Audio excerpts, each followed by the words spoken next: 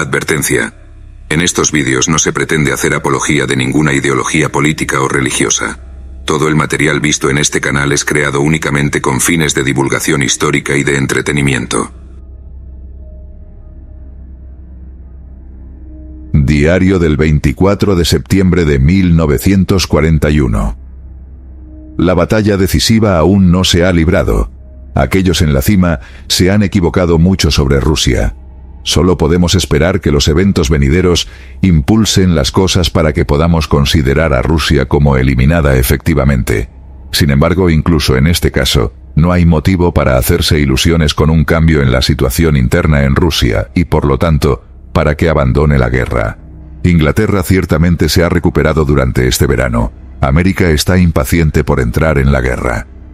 La decisión final de la guerra está por venir. Eso significa que llevará mucho tiempo. Carta a su esposa del 24 de septiembre de 1941.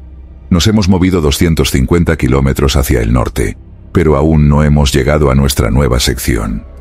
Ya no hay campos de girasoles y tabaco, solo hay papas. Se dice que la región a la que nos acercamos ha sido la mejor para los lobos en toda la parte europea de Rusia. Eso significa que será nuevamente un terreno con bosques y pantanos que implican todas las dificultades consecuentes y problemas desagradables. Dado que grandes partes del grupo de ejércitos del sur ruso han sido aniquiladas, gracias no a Reichenau, sino a nuestro propio ejército y afortunadamente, en particular a mi cuerpo, los eventos venideros serán esenciales para el desarrollo general en el este. Cuanto más exitosos sean, mejor, ya que en ese caso los rusos no podrán recuperarse hasta la próxima primavera.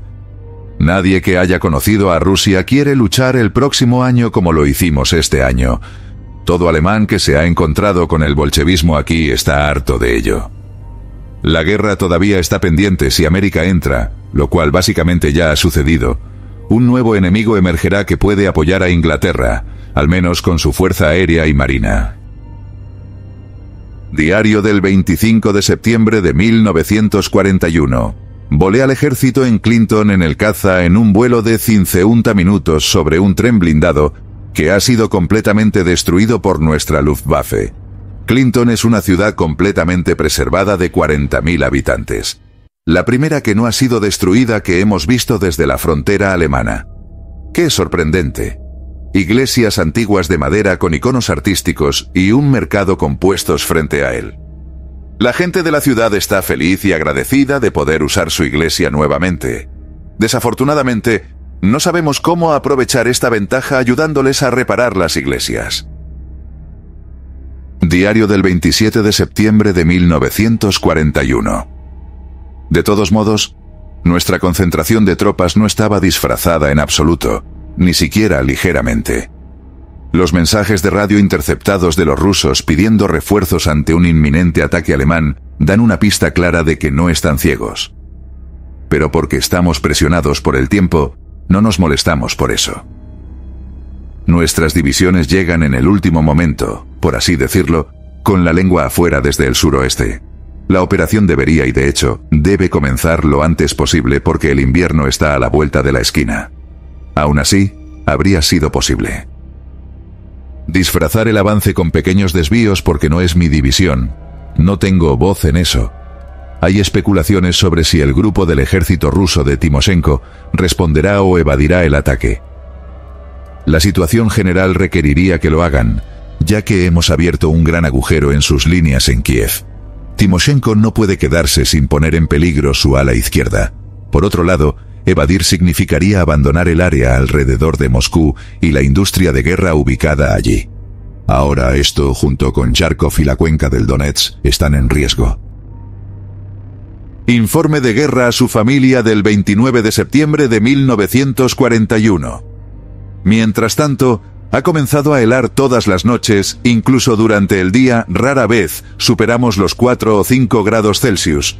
Un cielo permanentemente gris se extiende sobre el país y un viento frío sopla a través de los campos. Las personas con buen conocimiento del clima insisten en que se mantendrá así hasta finales de octubre. Luego lloverá hasta mediados de noviembre. Luego los ríos se congelarán y se descongelarán a finales de abril. Bueno, perspectivas agradables. En casa, no pueden imaginar lo que significa vivir afuera día y noche, como lo hace la infantería, y sin embargo, todos usan ropa de verano en lugar de ropa de invierno.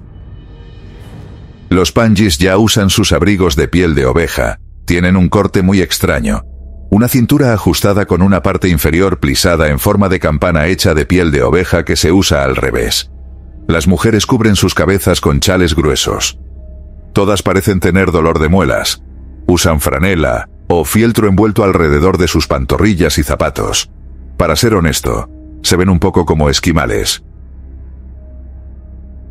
Todo esto se llama Gran Rusia. Eso es donde estamos. Hay vastos bosques frente a nosotros. Se dice que los lobos viven allí. Se rumorea que un hombre ya ha sido mordido por un lobo rabioso. Todo eso es posible aquí. No solo piojos y chinches. Ni siquiera los mencionamos. No hemos presenciado pueblos más pobres que estos. Bajos y estrechos. Se encuentran en hondonadas, están construidos con vigas, incluso en el interior se siente como un trampero en el salvaje oeste. El horno y la cocina son lo mismo, con un gran agujero de fuego en el medio donde arden los troncos de madera. No hay carbón. La gente usa madera como combustible. El horno es tan grande que se extiende hasta la habitación porque está ubicado en la pared longitudinal. Divide la habitación en dos cámaras más pequeñas. Hay tarimas de madera como camas. Un segundo lugar para dormir está encima del horno, que tiene alrededor de 1,5 metros de altura. Parece ser el lugar de honor. Supongo que también nos sentaremos allí si la temperatura cae por debajo de los 30 grados Celsius bajo cero. Carta a su esposa del 29 de septiembre de 1941. Estamos al borde de la batalla decisiva en Rusia. Podemos ser optimistas de que será nuevamente un gran éxito. No está aún claro si alcanzará la misma proporción que la batalla de Kiev. Sin embargo, el desarrollo futuro de la situación general en el este depende de nuestros logros inminentes. Se dice que la situación en Kiev es bastante desagradable, porque los rusos han ocultado una gran cantidad de minas y artefactos incendiarios que causan muchas detonaciones. El tipo de guerra que presenciamos aquí no tiene nada que ver con una batalla decente. Diario del 1 de octubre de 1941. En un excelente decreto, el Führer destaca la importancia de esta batalla decisiva. Aún está por verse si nuestro enfoque cumple con estas expectativas en general. Creemos que es demasiado superficial y, por lo tanto, no resultará en el deseado cerco de la mayoría del enemigo. Sin embargo, sería realmente malo si los rusos lograran escapar en gran número. Entonces todavía tendrían suficientes recursos para reconstruir su ejército durante el invierno. Carta a su familia del 8 de octubre de 1941. De vuelta en la escuela, sentado en un pupitre, escribiendo afuera tenemos la primera nieve. El frío viento otoñal arranca las hojas de los árboles alrededor de la iglesia destruida en el lado opuesto. Está rodeada de las ruinas de la tumba destrozada de una familia que solía ser benefactora del pueblo. Probablemente fue destruida hace 23 años durante la Revolución. A nadie le importó removerlos. La villa propiedad de esta rica familia de fabricantes se convirtió en una casa de fiestas. Hoy solo quedan las chimeneas. En el lado opuesto, los restos de la fábrica que fue incendiada por los partisanos antes de que los alemanes se acercaran, aún están humeando. Un cobertizo lleno de leña también contiene los restos de un iconostasio cortado en pedazos que solía embellecer la iglesia. Incluye los restos de magníficos libros y Biblias eclesiásticos encuadernados en cuero y terciopelo. Todo lo hermoso en este país ha sido destruido por completo por el bolchevismo. Las pocas cosas que quedan finalmente serán destruidas por esta guerra. El 2 de octubre, nuevamente hemos tomado por sorpresa al enemigo con nuestro ataque. Nunca hubiéramos pensado que esto pudiera suceder dado nuestros preparativos realizados abiertamente. Los rusos no sabían ni la hora ni la dirección del ataque. Como resultado, cuerpos enteros pudieron marchar sin entrar en contacto con el enemigo en el primer y segundo día después del avance a través de las posiciones enemigas, incluida mi propia división de flanco izquierdo. Sin embargo, la batalla aún continúa. Debemos esperar que el enemigo rodeado intente romper el cerco con un coraje desesperado. Ya hemos experimentado 2 veces lo que eso significa, pero en general se puede decir que el oponente ya está derrotado, y que ahora perderá los restantes cuerpos de su ejército que se supone deben defender Moscú. A fin de mes, no tendrá ni su ciudad capital ni la famosa área industrial de la cuenca del Donetsk, y se quedará con un ejército extremadamente debilitado. No será fácil para los rusos recuperarse de estas pérdidas, pero no podemos. No podemos asumir que la guerra con ellos ha terminado. Hasta ahora, cada prisionero ha dicho que incluso si nos arrojas de vuelta a las montañas Urales, no habrá paz entre tú y nosotros. El bolchevique no puede hacer la paz con el nacionalsocialista. Un acuerdo entre ellos es imposible. Es cierto que estamos golpeados, pero no derrotados todavía. Confiamos en la grandeza de nuestro país y en nuestros enormes recursos humanos, así como en la ayuda de Inglaterra y América. Por lo tanto, no sabemos hasta qué punto tendremos que abrirnos camino a través de este país inhóspito una vez más. Hay bosques, pantanos y malos caminos por todas partes.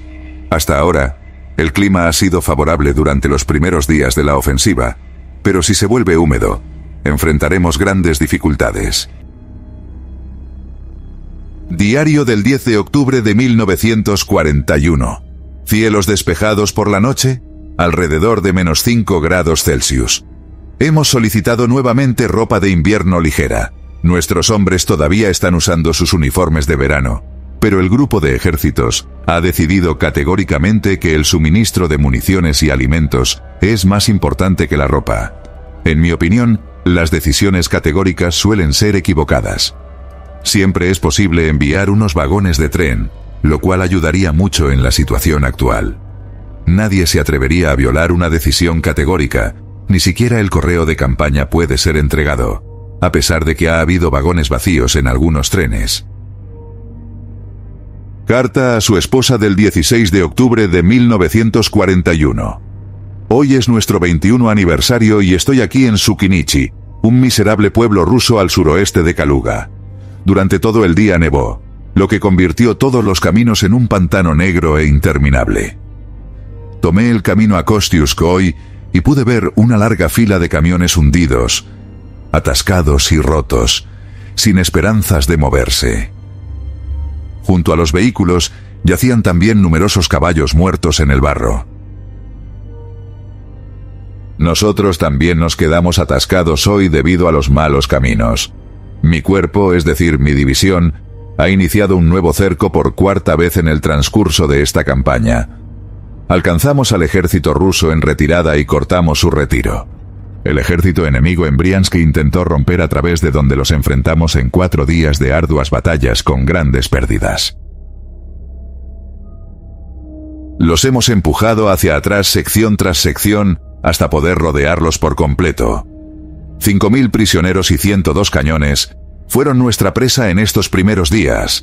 Dejamos que otro cuerpo se encargara de completar completamente el cerco, lo cual no representó un desafío, y marchamos hacia el noroeste. El ejército ruso se está desmoronando y hay claros signos de desintegración. Hoy leí que en Londres temen una paz separada entre Rusia y nosotros. No puedo imaginar que Hitler acepte hacer la paz con los bolcheviques, solo con un sistema amigable al nacionalsocialismo. Todos dejarían este país con el mayor placer, ya que significa solo dificultades, fealdad y esfuerzos arduos. Nadie puede realmente imaginar lo que cada hombre aquí tiene que soportar en este clima, en este terreno, en el estado del país y en los desafíos que la guerra impone sobre él. Solo alguien que ha experimentado esto puede entender lo que significa estar de guardia toda la noche sin ropa abrigada. Por ejemplo, sin guantes, con los pies mojados en el bosque sin refugio, congelándose sin una bebida caliente y posiblemente con el estómago vacío. Adiós por hoy. Espero que podamos celebrar nuestro próximo aniversario en casa y en paz. Diario del 18 de octubre de 1941. Una dificultad particular para nosotros es no tener mapas decentes. Los llamados mapas rusos antiguos están tan desactualizados que casi nada está en el lugar que dice. Los bosques son en realidad campos, las carreteras siempre están equivocadas y la mitad de los pueblos faltan.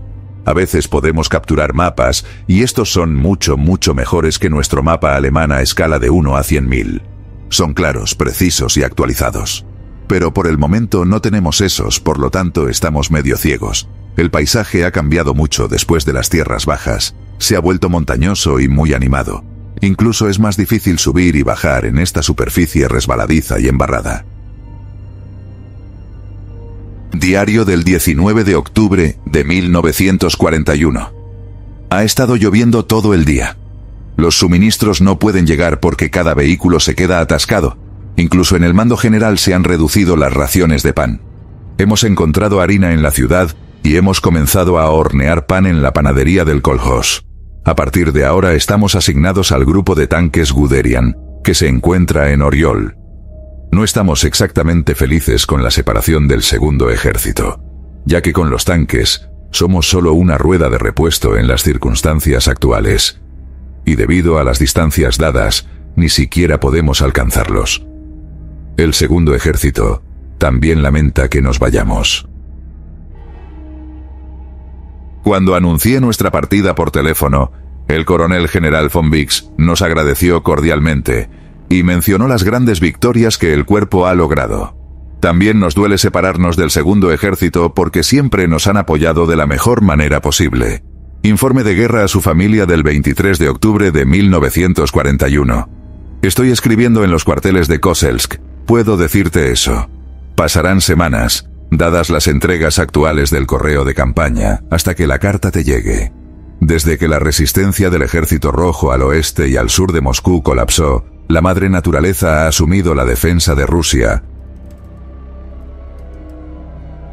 Las temperaturas de -3 grados a -8 grados, y la ligera nevada que comenzó a finales de septiembre se convirtieron en lluvia hace unos días.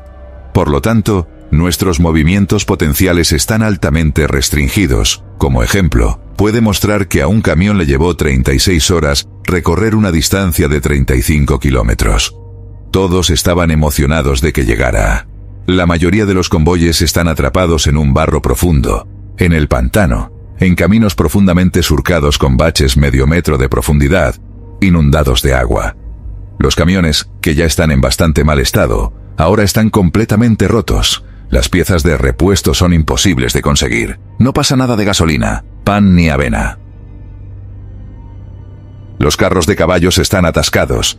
Las armas no están pasando. Todos los hombres, ya sean infantería o algo más, están empujando más que luchando. Las carreteras están llenas de caballos muertos y camiones destrozados. Una y otra vez se lamenta que no se puede continuar así, pero aún así se tiene que hacer. Tenemos que seguir adelante, aunque lentamente. Los carros de Panji, los salvadores de la Gran Guerra, son nuevamente los vehículos en los que se basa todo el transporte, pero es casi imposible recorrer distancias de 100 o 120 kilómetros hasta la base de suministros y regresar con los carros de Panji, lo que significa que enfrentamos problemas casi insolubles. Por lo tanto, estamos bastante contentos de que haya bajado un poco la temperatura y haya más viento desde ayer. Esperamos que al menos las carreteras se sequen. Es gracias a Churchill que hemos sido retrasados durante 4 semanas al involucrarnos en la campaña en Serbia durante la primavera. Ya estaríamos en Moscú si no fuera por este episodio. A diferencia del paisaje que hemos visto hasta ahora, la región alrededor de Kaluga, donde acabamos de llegar, es extremadamente montañosa, con diferencias de altura de hasta 60 metros. Los arroyos y ríos están tranquilos y profundamente cortados en el suelo, y son la razón de la pendiente pronunciada de las carreteras. El suelo arcilloso pesado, en parte negro, se convierte en jabón cuando llueve. Los habitantes del país parecen esquimales. Usan zapatos toscos, parches de fieltro envueltos alrededor de las piernas o botas de fieltro. Cubren sus cuerpos con una gruesa piel de oveja marrón anticuada que los protege de las esquirlas de bombas. Tienen gruesos chales envueltos alrededor de sus cabezas, mostrando solo los ojos y la nariz. Comparten las habitaciones deplorables de sus chozas con cerdos y gallinas, duermen en el horno, los insectos y los piojos pueblan las habitaciones. ¡Qué geografía tan desoladora! Lo que mi capitán de Württemberg dijo y solo puedo estar de acuerdo con él. Estas personas no pueden ser juzgadas según nuestros estándares. Creo que sería mejor y más apropiado abordar este país no gradualmente a pie, como lo hacemos, sino en barco, dejando las costas del hogar, rompiendo con todo lo que nos resulta familiar, y descubriéndolo como un continente extranjero y desconocido. Una y otra vez, le pregunto a nuestro nuevo intérprete, Beutelsbacher, hijo de un fabricante de Odessa, que actualmente trabaja como conferenciante en Königsberg, sí, ¿por qué nadie en este país ha tratado de luchar contra la negligencia e ineficiencia? Siempre obtengo la misma respuesta. El ruso es completamente pasivo, hace lo que se le dice y está bajo dirección. Es un trabajador entusiasta y excelente, pero no emprende nada por iniciativa propia. Se ha resignado a las circunstancias más miserables y no tiene ninguna aspiración de mejorarlas. En lugar de emprender su propio negocio y arriesgarse al trabajo duro y las preocupaciones, sufre y se deja morir de hambre. Está satisfecho con un par de zapatos para toda la familia, que van de pie en pie. Si puede evitar el trabajo en invierno, solo deja su lugar en el horno para abrir un sendero desde la casa hasta el pozo a través de la nieve de 1,5 metros de profundidad. Después de eso, su entusiasmo por la acción se agota. Sin embargo, podrían obtenerse recursos interminables de este país. La cantidad de tierra que queda en barbecho, lo poco pobladas que están estas vastas áreas, el estado de los bosques que están descuidados y no se cultivan eficientemente. No hay estaciones de afurezas en absoluto. Los árboles se talan según sea necesario. El resto se deja a la naturaleza para que vuelvan a crecer. Si se pregunta nuevamente qué sucederá con este país en el futuro dado el carácter del ruso, ¿crees que los rusos abolirán el sistema político actual debido a las derrotas? Se obtiene la respuesta de que son incapaces de hacerlo por sí mismos. No hay nadie que se preocupe por hacerlo. No nos queda más remedio que establecer un gobierno en los territorios ocupados. No aman al bolchevismo en sí mismo. Demasiados han perdido familiares cercanos debido al sistema. Todos viven bajo la presión constante del miedo a ser espiados. Los campesinos quieren recuperar sus tierras. Los ancianos anhelan sus iglesias. En Chernigov, presencié a una anciana que se arrodilló frente a nosotros y nos agradeció porque podía asistir a misa nuevamente. Todos los demás piensan que su situación económica es muy mala. El bolchevismo no tiene amigos aquí, pero Rusia no puede destruirlo por sí misma. Incluso si establecemos un gobierno en los territorios ocupados, ¿qué sucederá con las áreas no ocupadas? Nadie puede responder eso. Lo que obtienes como respuesta es simplemente encogerse de hombros y la palabra nichevo. Nada. Nadie sabe cómo se desarrollarán las cosas. Probablemente tengan sus propios planes en la sede del Führer. Yo mismo no sé qué pensar al respecto. Durante la batalla, el ruso mostró un comportamiento que demostró su imprevisibilidad. A veces luchaba valientemente como de costumbre, a veces se dispersaba en el bosque y se dejaba capturar. Me he encontrado con tropas rusas de 10 a 20 hombres desarmados que solo querían saber dónde ir para ser tomados prisioneros, y que me agradecieron alegremente cuando les dije cuál era la ciudad más cercana. Otros salieron del bosque con las manos en alto para rendirse cuando vieron a un alemán, e incluso llegaron a disparar a sus propios hombres con una batería que habíamos conquistado y convertido. Cientos de ellos conducían carros de Panji o camiones en nombre de nuestras divisiones. Casi todas las unidades tienen soldados rusos que hablan un poco de alemán y trabajan como intérpretes. El otro día 2 tenientes de caballería vinieron a nosotros con un pelotón de caballería en perfecto orden, con 2 vehículos y completamente armados. Declararon que el lado ruso estaba en un desastre total. Toda la cadena de mando y todos los suministros estaban afectados. No tenían nada que comer durante 4 días. Las órdenes seguían a las contraórdenes, por lo que no veían sentido en seguir luchando. Hoy un capitán a caballo vino a nosotros, y dijo que la falta de disciplina era tan mala que prefería dejar a este grupo abandonado, lo que significa que definitivamente se dirigen hacia una crisis. Las enormes pérdidas de recursos humanos y materiales comienzan a sentirse, y obligan a los rusos a enviar hombres no entrenados al frente, sin voluntad militar ni educación. Nuestros aviones arrojan panfletos de propaganda con supuestos pases, que son muy buscados por los soldados rusos que los buscan y los guardan. Se pelean por conseguir uno de estos pases porque cada uno de ellos espera que lleguen hasta nosotros, donde no serán torturados como sus comisarios quieren persuadirlos.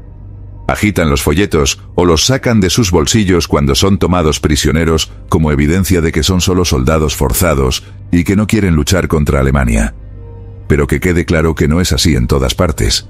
Además de decenas de miles de soldados malos del Ejército Rojo, hay miles de buenos, y aún hoy ofrecen una resistencia dura y feroz y contraataques, como el de ayer, cuando enfrentamos consecuencias desagradables y pérdidas graves.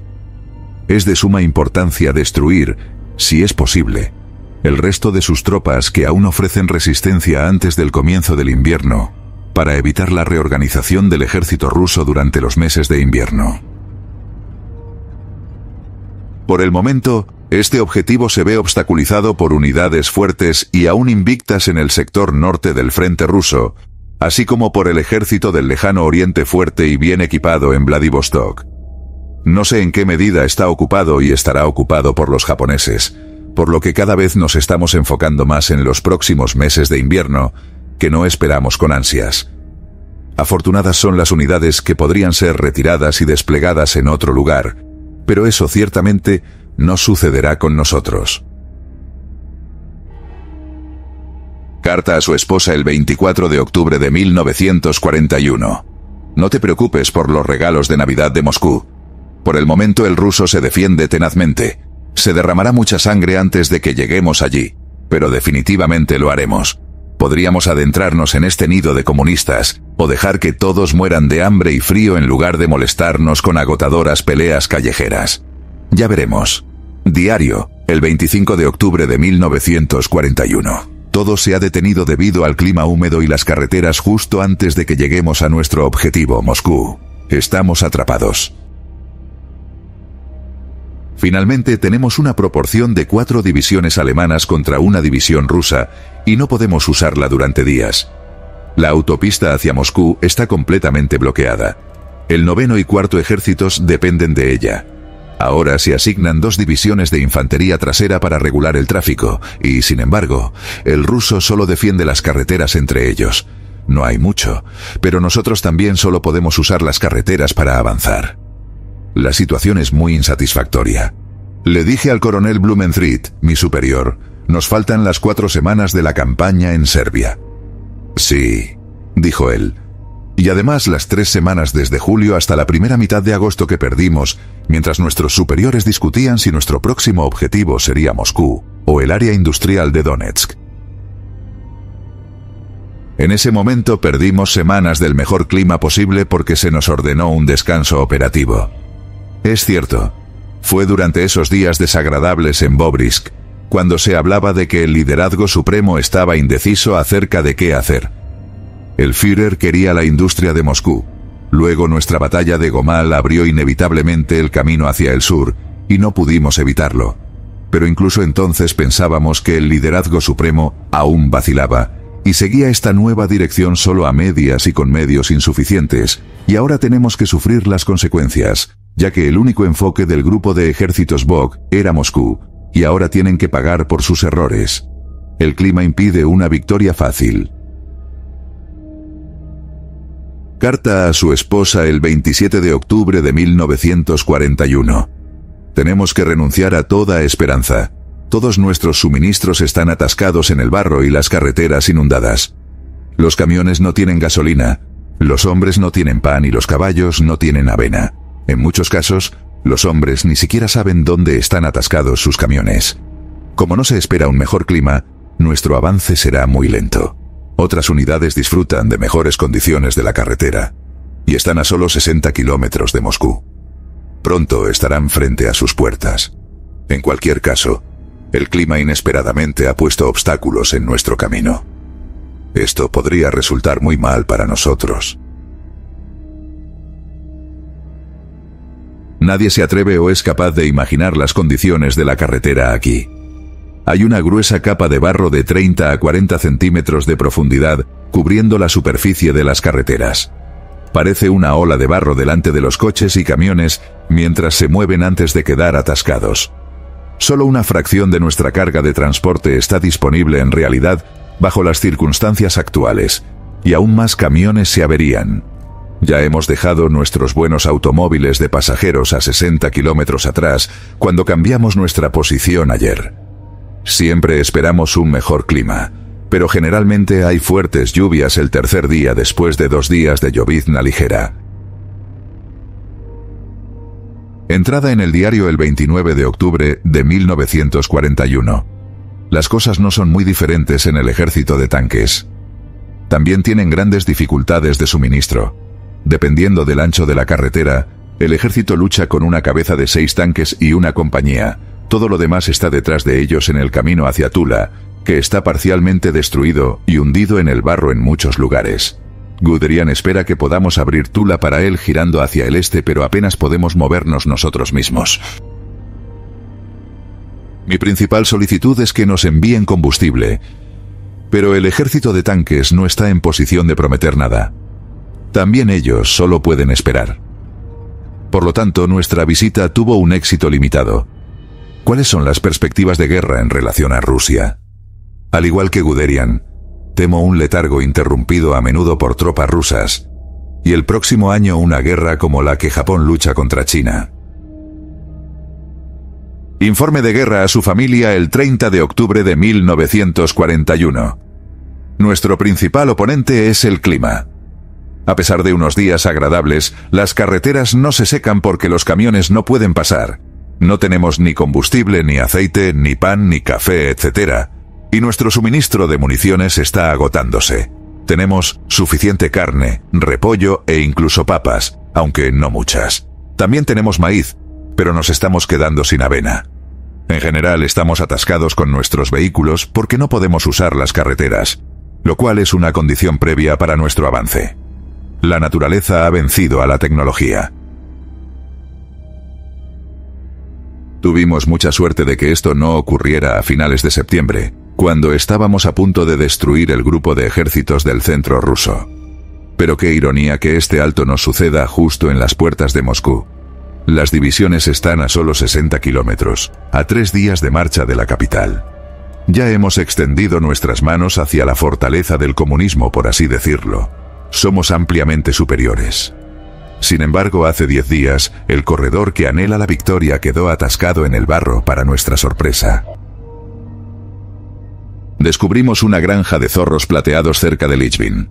Nuestros soldados ya han matado a 10 de estos preciosos animales sin razón aparente, ya que en este momento las pieles no tienen valor. También nos dijeron que los vastos bosques que hemos estado cruzando desde el 2 de octubre todavía están habitados por osos, lobos y alces. No hemos visto ninguno de ellos. En invierno se dice que los lobos y los alces abandonan el bosque y se acercan al valle de Ocher. Para entonces ya no estaremos aquí, sino en Moscú. El otro día hablé con un comandante militar sobre lo que nos espera.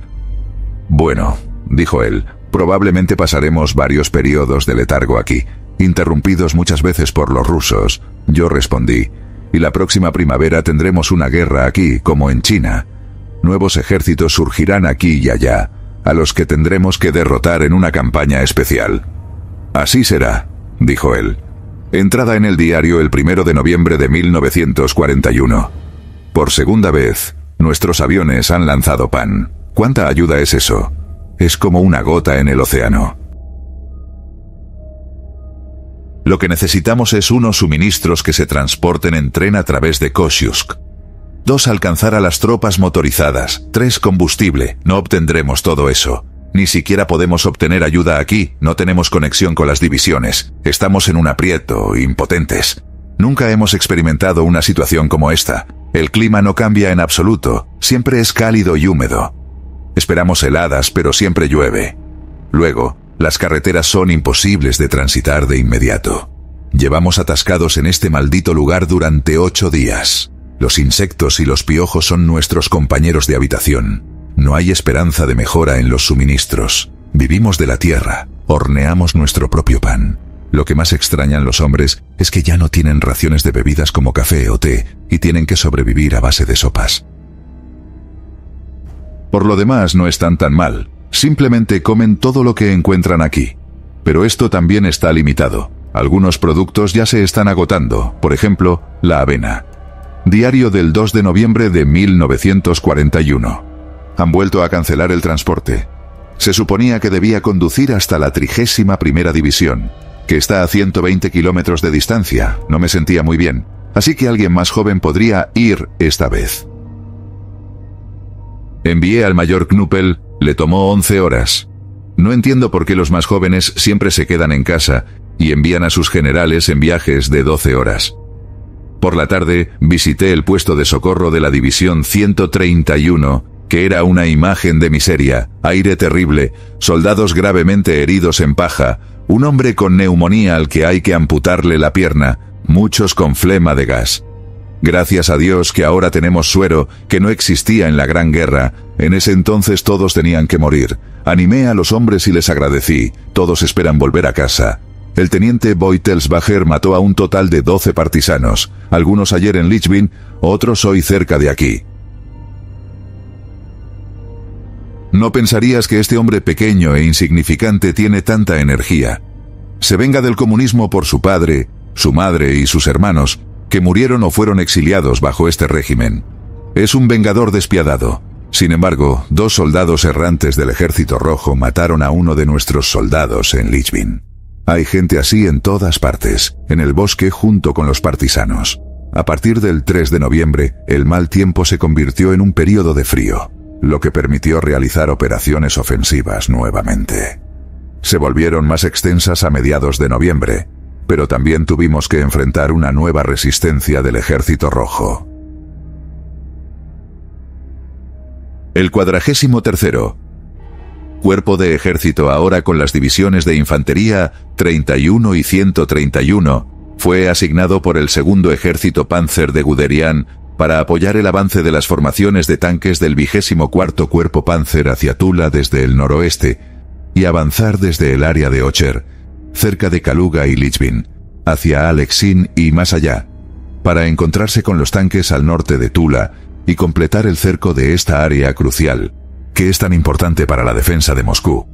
Las malas condiciones climáticas y de suministro, así como la precaria condición de las tropas. Además de luchar violenta y nuevamente ofensivamente contra los oponentes que obstaculizan y ralentizan el avance alemán. Informe de guerra a su familia, 5 de noviembre de 1941. Hace 2 días el clima cambió, cada día hace más frío, hoy está alrededor de 5 grados Celsius bajo cero. Las carreteras pantanosas se congelan y se convierten en difíciles recorridos llenos de obstáculos que no son precisamente beneficiosos para nuestros vehículos. Sin embargo, en general, nuestra movilidad ha mejorado. Fue un evento especial cuando llegó ayer el primer tren de suministro en este clima favorable. La ciudad de Lichbin aparece ahora bajo una luz mucho más favorable que antes. No es fea en absoluto. Está situada en la empinada orilla occidental del río Ocher, a unos 30 o 40 metros por encima del río. Barrancos profundos de arcilla separan la ciudad en los lados, como si fuera un castillo. Desde el mercado se tiene una vista de la llanura del Ocher, que tiene alrededor de 4 kilómetros de ancho. El aire es extremadamente claro. Todo el país tiene un tono marrón, que es el color predominante aquí, incluyendo los uniformes rusos. El área alrededor de Lichbin es rica en agricultura debido al suelo arcilloso fértil, pero como los campesinos tienen que entregar todo, son pobres de todas formas. No muy lejos de la ciudad, hay minas de carbón que parecen haber sido desarrolladas recientemente, y se ha establecido una fábrica de granadas aquí. Hemos capturado gran cantidad de proyectiles y 15.000 litros de gasolina y aceite rusos, pero lamentablemente la gasolina rusa es inútil para nuestros vehículos. Hay muchos partisanos por aquí. El gobierno bolchevique ha ordenado a todos los miembros del partido que permanezcan y luchen como partisanos. Destruyen todos los suministros en Lichbin. Han quemado cuero por valor de 8 millones de marcos y atacan desafortunadamente, no sin éxito en algunos casos. Mayormente atacan pequeños comandos de requisición que son enviados por las tropas para obtener alimentos. Durante el día se esconden en el bosque y en los barrancos, y por la noche obtienen comida de los pueblos. Nuestro intérprete ruso se ha tomado como tarea luchar contra ellos vigorosamente. La gente aquí a menudo denuncia a los partisanos porque temen su opresión. Solo podemos atraparlos con la ayuda de los campesinos. Nuestro intérprete ha logrado capturar y matar a 15 en los últimos 3 días, incluyendo varias mujeres. Son una banda decidida. Son ejecutados sin revelar a sus camaradas, saben que serán exterminados sin piedad y, sin embargo, no dicen nada y afirman no saber nada. Tienen escondites reales. En uno de ellos, nuestros hombres encontraron 150 kilogramos de miel, sin mencionar la ropa, carne y suministros de harina. Además de los partisanos, hay varios soldados del Ejército Rojo en la zona que se quedaron aquí después de las batallas, y que deambulan, algunos armados, otros desarmados, muchos de ellos apoyando a los partisanos. Después de que el clima ha mejorado y es más favorable para nuestra movilidad, esperamos continuar nuestro avance hacia Moscú. El período húmedo ha dado a los rusos 2 semanas para traer tropas y mejorar su situación. Por lo tanto, debemos esperar batallas significativas. Carta a su esposa, 6 de noviembre de 1941. Ayer regresé a la granja de zorros. Soldados habían robado 6 de los zorros más grandes. Además, se dice que Hermann Göring ha confiscado todas las pieles nobles de las granjas de animales. Eso significa que podemos decir adiós al zorro azul para tus regalos de Navidad. La licencia navideña es una gran interrogante en este momento. Las instalaciones de transporte hacia Alemania son terribles y, en segundo lugar, nadie sabe cómo se desarrollará la situación de guerra. Por ahora, no se vislumbra un final para los combates y estamos justo en un lugar donde seremos indispensables en el futuro, porque debemos acercarnos a Moscú desde el sureste. Probablemente tengamos tareas desagradables por delante. Entrada del diario, 6 de noviembre de 1941. Las acciones partidistas en Lichin están aumentando. El 6 de noviembre, Boilsbacher captura a 60, entre ellos 40 soldados del Ejército Rojo. Condena y elimina a 20 de ellos. Un joven fue ahorcado en el centro de la ciudad, o más precisamente, se libró al policía militar de ese trabajo desagradable y lo hizo él mismo. Balzan observó este incidente con interés. Esta guerra se está volviendo más y más cruel. Todos están impresionados por la firmeza de los partisanos. Todos guardan silencio, no revelan nada y mueren. Entrada del diario, 7 de noviembre de 1941. Le digo a Boilsbacher que no cuelgue a los partisanos a menos de 100 metros de mi ventana. No es una vista agradable por la mañana. Moy dijo que Herta, cuando vivía en Llana, tenía vista a una horca durante 3 semanas.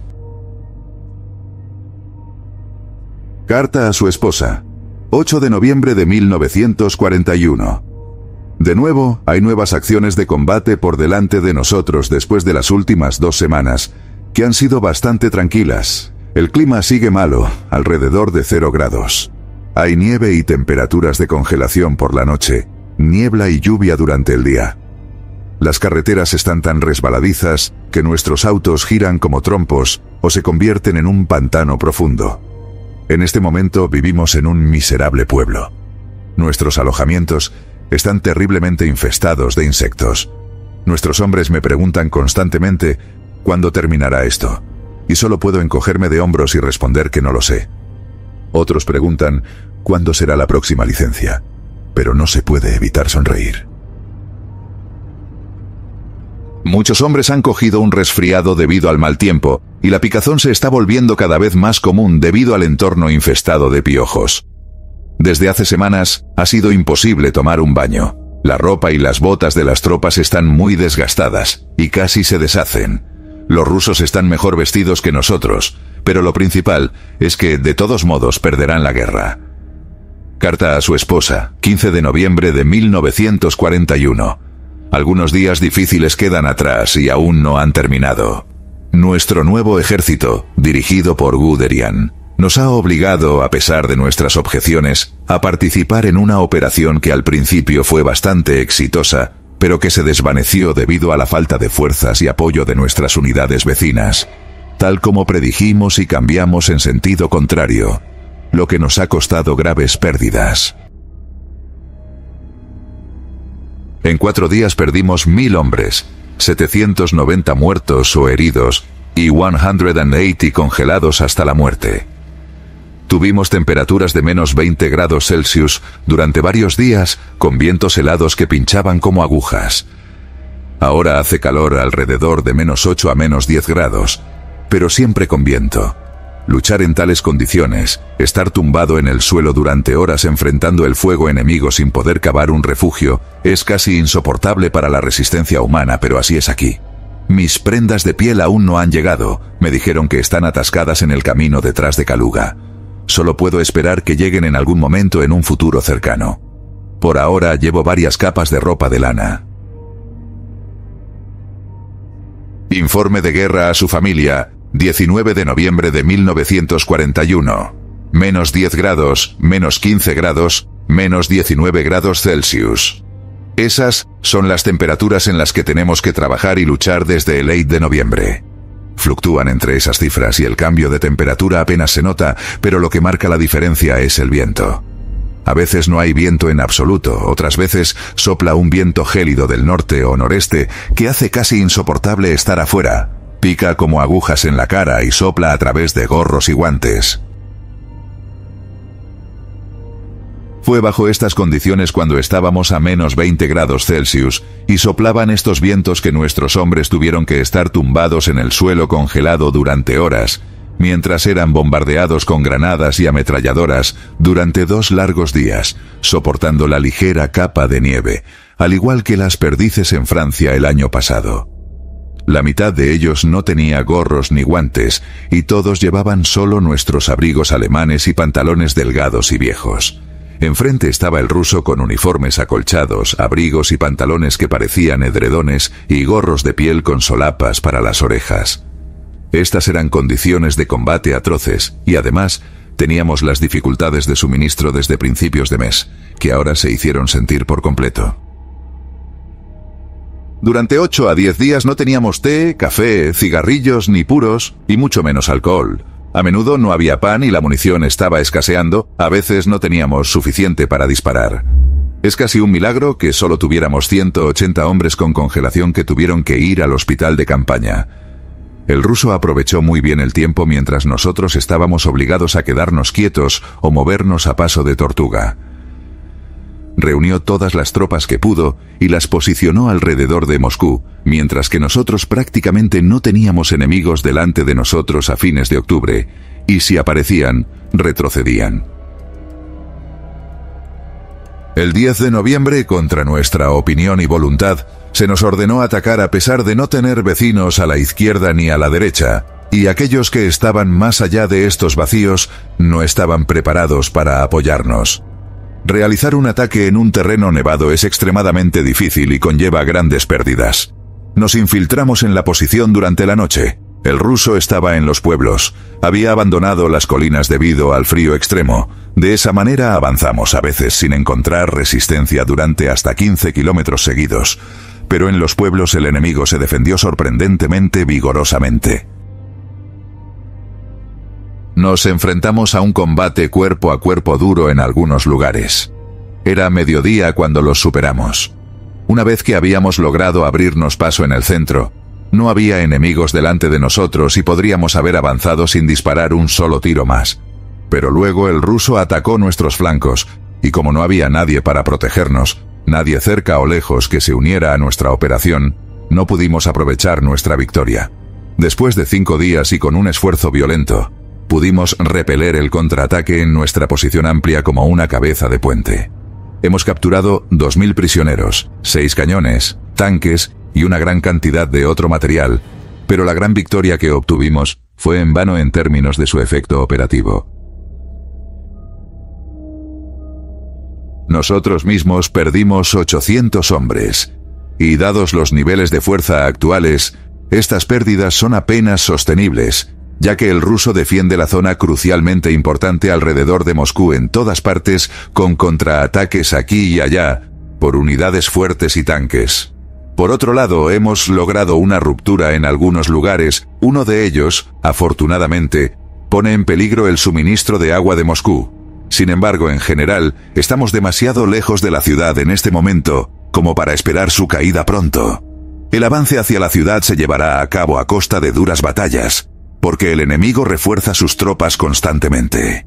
Las primeras divisiones del ejército del lejano oriente ruso han llegado aquí.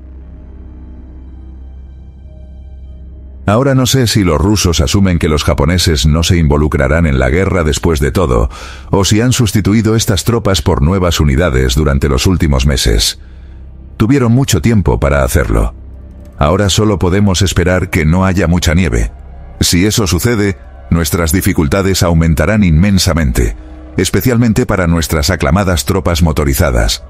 Tienen las mismas dificultades en cuanto a suministros y movilidad. Solo la infantería y los carruajes de combate pueden moverse aquí. Nuestros cuarteles están en un pequeño pueblo. Son modestos y están abarrotados junto a una iglesia completamente destruida, con un caballo muerto y congelado en su interior. Hay masas de ratones grises bien alimentados que corretean de agujero en los campos. A menudo tenemos cielos azules acerados y frío sol, a menudo hermosas heladas, a menudo disfrutamos de atardeceres peculiares y especialmente coloridos. Pero lo más hermoso es el cielo estrellado sobre nosotros, con toda su belleza pura y sin obstáculos.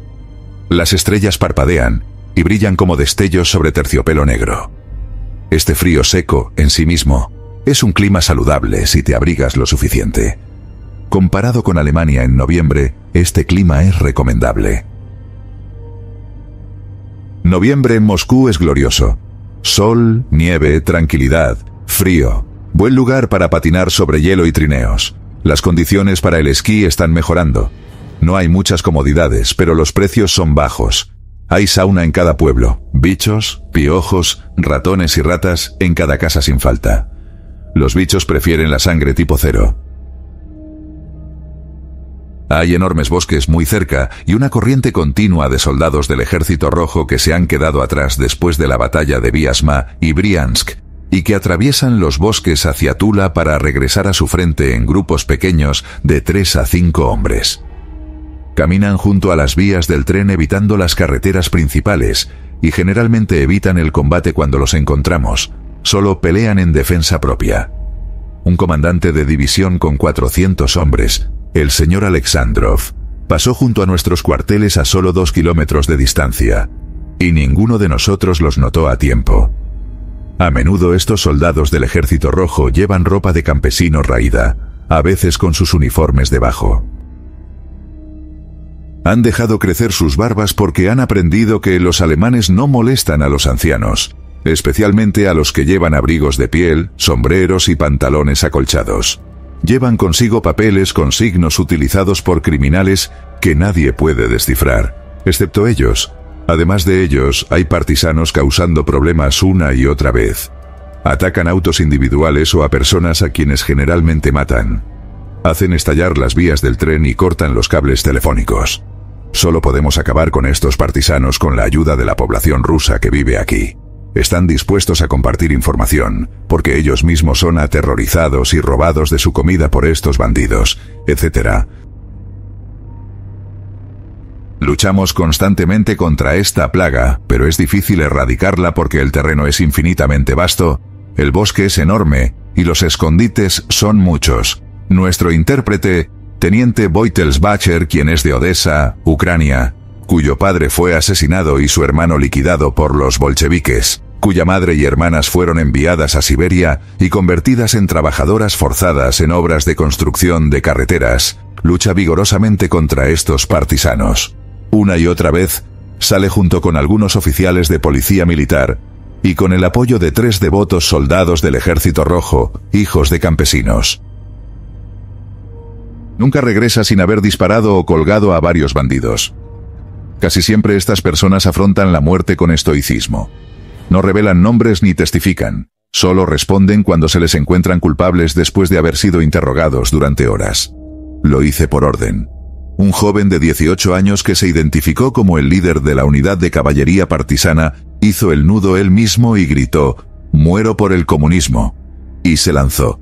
Mi ordenanza, que fue a presenciar la ejecución en la plaza del mercado, dijo que buscó la muerte. Estos luchadores fanáticos por el comunismo son legión. Una y otra vez se los puede ver colgados en los pueblos, pero aún quedan muchos.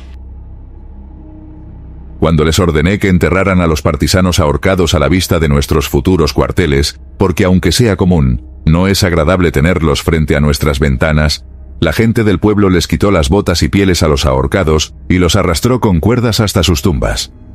Así es como se ve aquí. Es como la guerra de los 30 años, las mismas costumbres y tradiciones, solo aquellos que tienen poder tienen derechos. He estado involucrado en la guerra durante 6 años y medio, pero nunca he experimentado algo así. Nuestros transportes de suministros siguen siendo muy pobres. En circunstancias normales, hay un tren para el cuerpo cada 2 días. Hemos tenido 2 en 4 semanas. Eso significa que tenemos que vivir completamente de la tierra. Hasta ahora, ha sido posible en cuanto a carne y harina, aunque los hombres tuvieron que hornear su propio pan. No hay verduras ni frutas, excepto repollo blanco que ahora está congelado. Las papas ya están escaseando, y a veces se quedan atascadas en el suelo congelado. Pronto, la región donde estamos estacionados estará completamente vacía. Cuando la situación empeoró el otro día, organicé que la división fuera abastecida por aviones que dejaron caer cajas de alimentos por paracaídas en esta situación. Nos hicimos con un periódico, aunque antiguo, en el que un corresponsal de guerra escribió que el avance es tan rápido que el cuartel general no puede seguir a las tropas.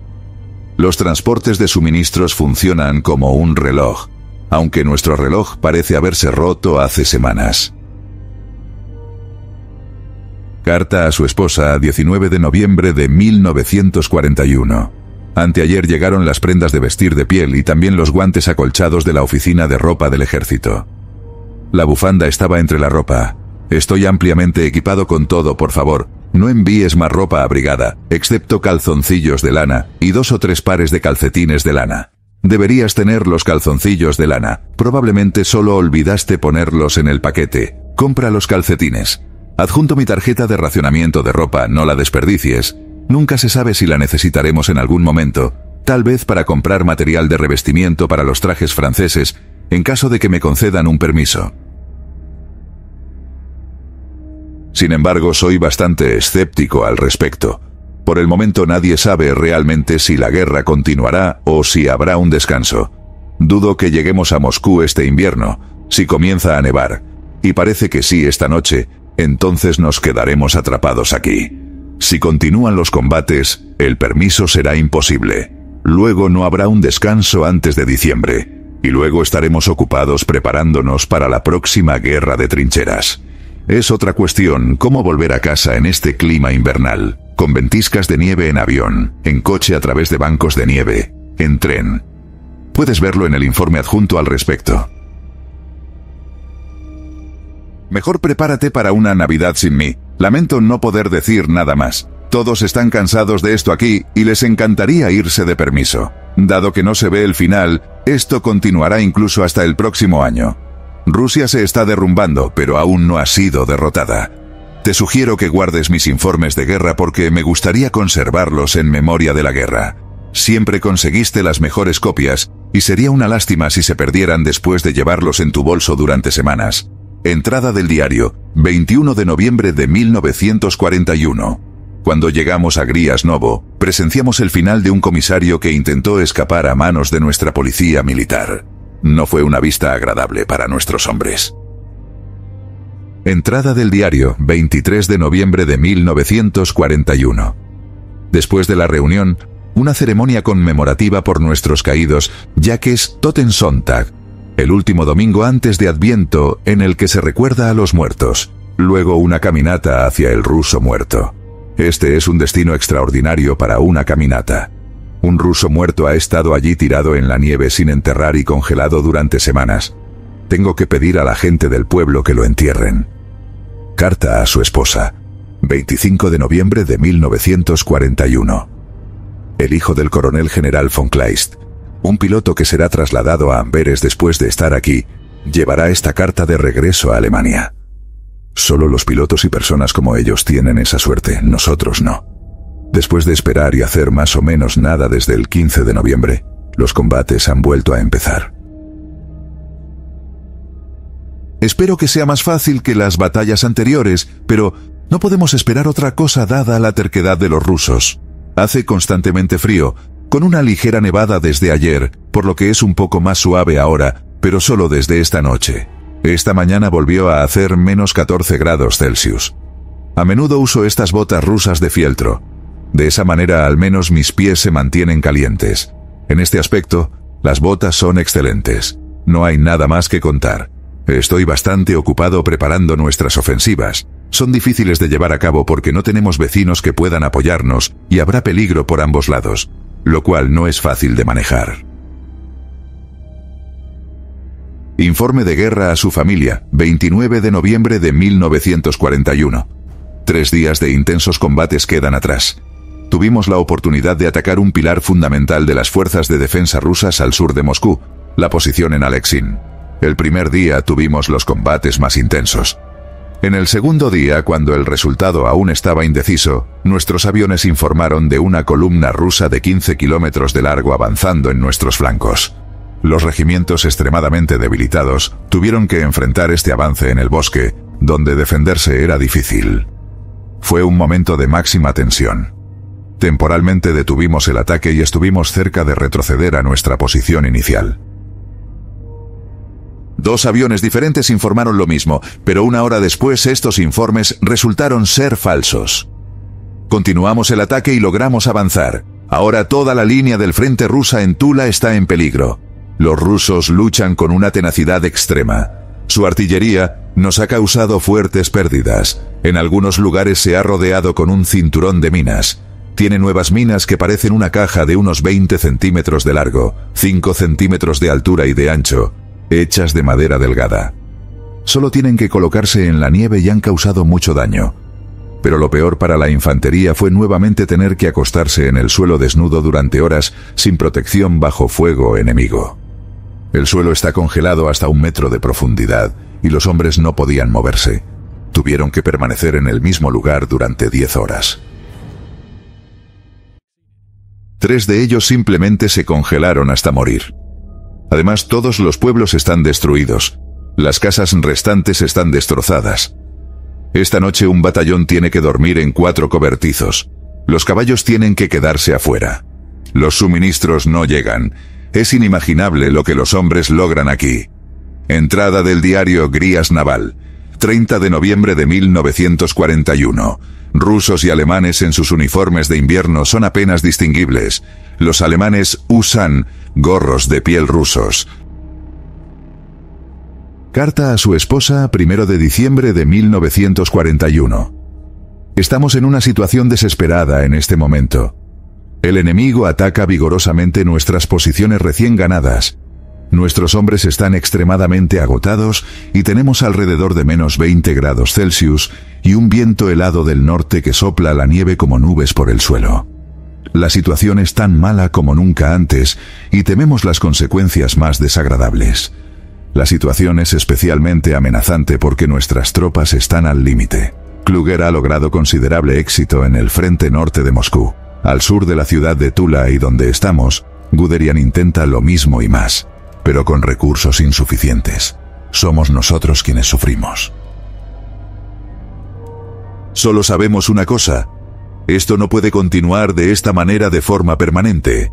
Las pérdidas son muy altas. La tensión en los hombres está más allá del poder de resistencia humana. Entrada del diario, 7 de diciembre de 1941. Nuestra posición frente al bosque, que era ideal durante el verano, es terrible en invierno porque no hay refugio. La infantería posicional y la artillería están ubicadas en los pueblos de primera línea con sus vehículos y carromatos más necesarios. Aquí está abarrotado en todas partes. 30 personas se alegran de tener una habitación, pero no pueden acostarse. Solo pueden estar de pie para estar en un lugar cálido. Es imposible lavarse. Hay piojos por todas partes. Nos rascamos e irritamos constantemente. Muchos hombres sufren de enfermedades de la vejiga y el intestino debido al suelo frío en el que tienen que acostarse y no descansan bien porque se despiertan muchas veces durante la noche. Es imposible acomodar a las reservas para que estén listas para intervenir de inmediato. Uno se acostumbra a eso, siempre con la esperanza de que si los rusos logran abrirse paso, no penetrarán profundamente en nuestras líneas. ¿Por qué nuestras tropas se atascan en lugar de engordar, aunque la grasa es una necesidad en este clima frío? ¿Por qué nos envían a luchar una guerra de invierno con ropa insuficiente y enfrentar desafíos que están más allá de la fuerza humana? ¿Alguien sabe qué está pasando aquí? El 3 de diciembre fui a ver el regimiento de Drescher. El perro ruso estaba rodando en un fuego continuo. Nuestra propia artillería y la enemiga disparaban sin parar. Había un ataque tras otro. El comandante del regimiento me recibió casi llorando. Ayer una compañía huyó, los alineó a todos después y les preguntó cómo podían hacer tal cosa, a lo que los hombres comenzaron a llorar. No podemos seguir adelante, coronel, el resto de su regimiento se está desmoronando. Drescher dice que si pierde a estos hombres restantes, no podrá reconstruir el regimiento con compañías de solo 19 o 20 hombres. Es imposible luchar así. Y los rusos siguen enviando más y más personas y nuevamente la súplica, la solicitud, el grito por suficientes suministros de alimentos, en primer lugar grasa, para la ropa adecuada y aún más, para reemplazos que llenen nuestras filas.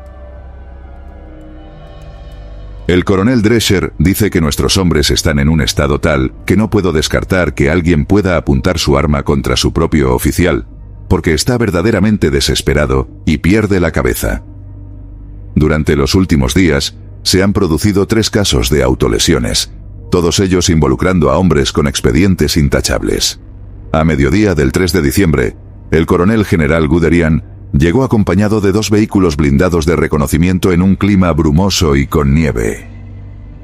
Después de un almuerzo rápido, le describí la condición de las tropas. La división 131 estaba extremadamente exhausta, sin capacidad para atacar ni para repeler fuertes ataques. La 31ª división capaz de llevar a cabo un ataque limitado. Le dije que no podemos continuar así, que necesitamos al menos grasa y ropa de invierno adecuada y útil de inmediato, así como provisiones adecuadas y regulares en el futuro, porque ahora nos dan provisiones reducidas durante 2 días y luego nada durante varios días. El general respondió que había escuchado cosas similares en otros lugares, pero admitió que nuestras provisiones eran las peores porque ningún otro cuerpo tenía que luchar en condiciones de suministro tan malas como las nuestras. Otras unidades también tenían mejor ropa que nosotros, porque los uniformes a los que teníamos derecho fueron enviados al segundo ejército, al que dejamos después de ser asignados al ejército Panzer.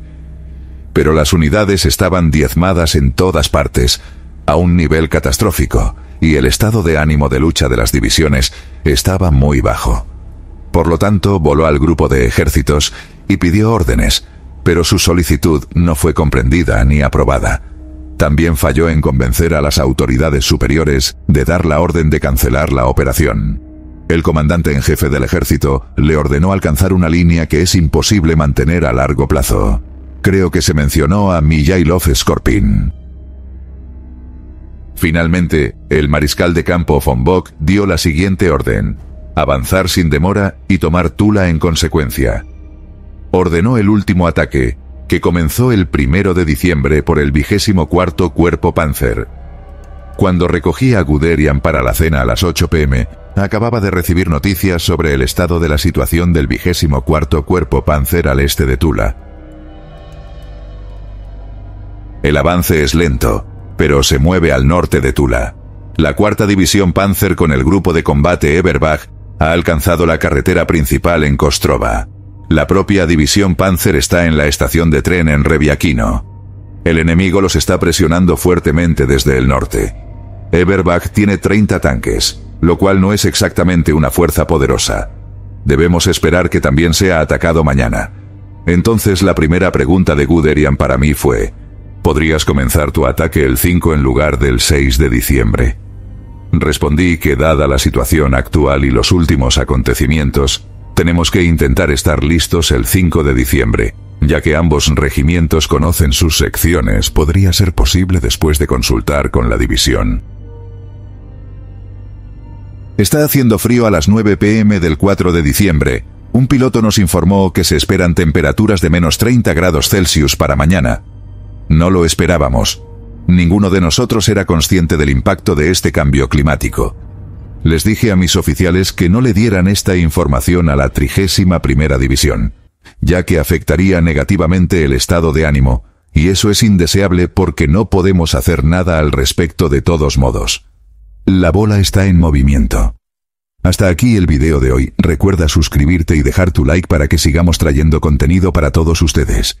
Hasta la próxima.